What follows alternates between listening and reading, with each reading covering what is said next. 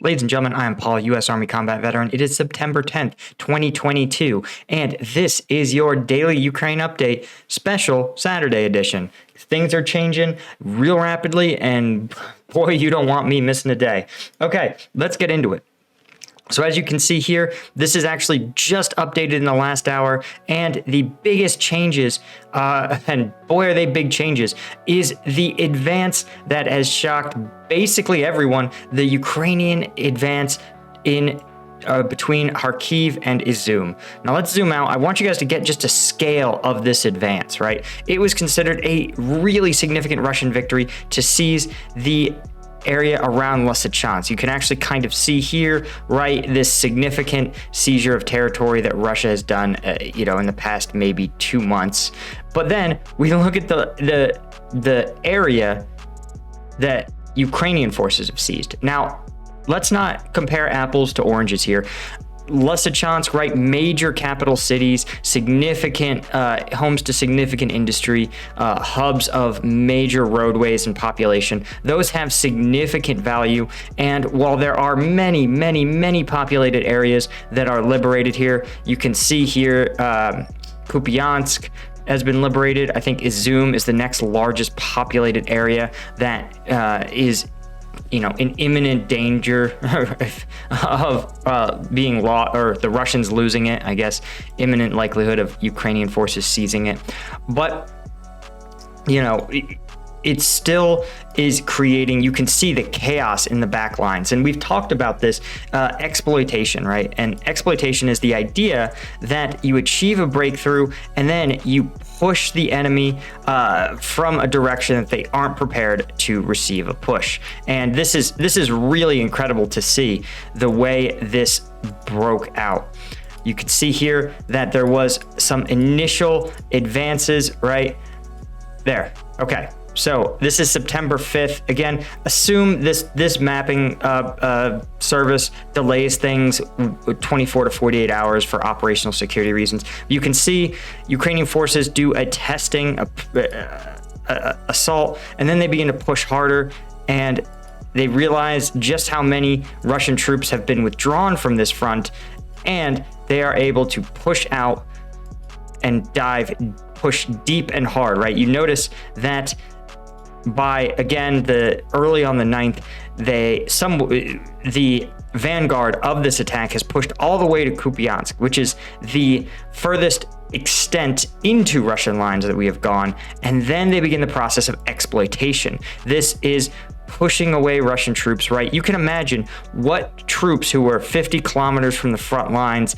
just days ago and are now suddenly frontline troops. They are not prepared to fight off an organized combat combined arms assault from Ukrainian forces. And so they begin to push to the north and to the south. This is the exploitation that we talked about. And you can see now Russian forces are in almost full withdrawal.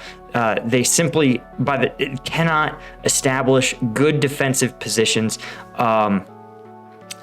given that their troop deployments expect the Ukrainians to be in front of them, and instead they are now on their side, on the side of them, or in the case of some of these, actually behind them.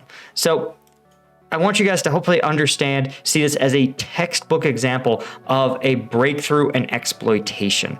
That is what this is. And you can see how it's not over yet. This, you might recall, is the exact situation that Ukrainian forces in Lysychansk found themselves, surrounded on 3 sides by opposing forces, right? You know that Bohorodishne, Dolna, this whole area has been a site of significant combat where Ukrainian forces have actually pushed Russian forces back. So Izum is definitely an important headquarters for Russian forces in this area, but right now it's surrounded on 3 sides by adversaries. So if Russia is smart, as the Ukrainians had to do, they had to withdraw from Lysychansk, right, and preserve their combat power for engagements where they had a chance of victory. You have to think that, right, all of these forces in Izum, if they are able to cut off just this narrow gap here, then again, they'd have to do a river crossing, but it's be very easy to cut off and isolate those forces. Then they would be in a tremendously bad situation, right? Cut off on all four sides, surrounded, and it'll just be a matter of time before they would be eliminated. So Russia is probably aware, and they are probably trying to frantically withdraw as many of their troops and combat equipment as possible from this Izum area, and are going to leave, cross this river, and probably try to establish a defensive line somewhere, probably along this river here. That would be, to me, the smartest area to do so, right? Cross the river, blow the bridges, and try to blunt the Ukrainian advance. You can see here, this river and reservoir has been a natural boundary that the Ukrainians have found is going to be their best bet to stabilize their front.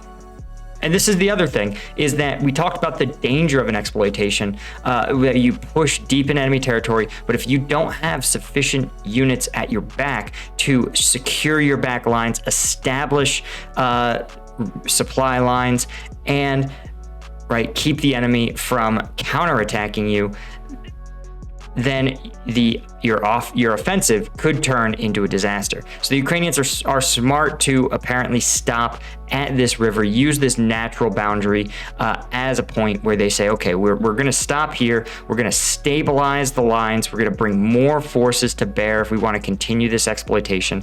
But in all likelihood, Russia right now is probably Russian forces out of areas where they really need them, namely Lysychansk, right? Donetsk is a big part, and of course, Kherson. So what I suspect is that you may see that these lines stabilize, right? It's possible they could also try to push north, but it's going to be a little harder because you can't really cut off forces that are adjacent to Russian territory, right? It's just not, they have too many supply lines in Russia that Ukrainian forces cannot and will not engage. So it'll be a little harder to cut off some of these forces here. But again, I really suspect that they may see a stabilization of some of this. They might continue to exploit north and south, but Russia will have to rob Peter and pay Paul yet again, removing forces from either Kherson, Donetsk, or Lysychansk to reinforce this huge hole here, meaning that you may actually start to see gains occur in Kherson or even in Lysychansk.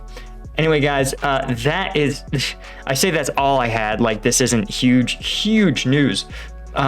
But as always, if you want to see the combat video breakdowns that YouTube has censored, they are all on the Patreon. Thanks to my lieutenant tier patrons, and honestly, thanks to all the patrons of Patreon. You guys really do make this possible, and I will see you guys in the next one.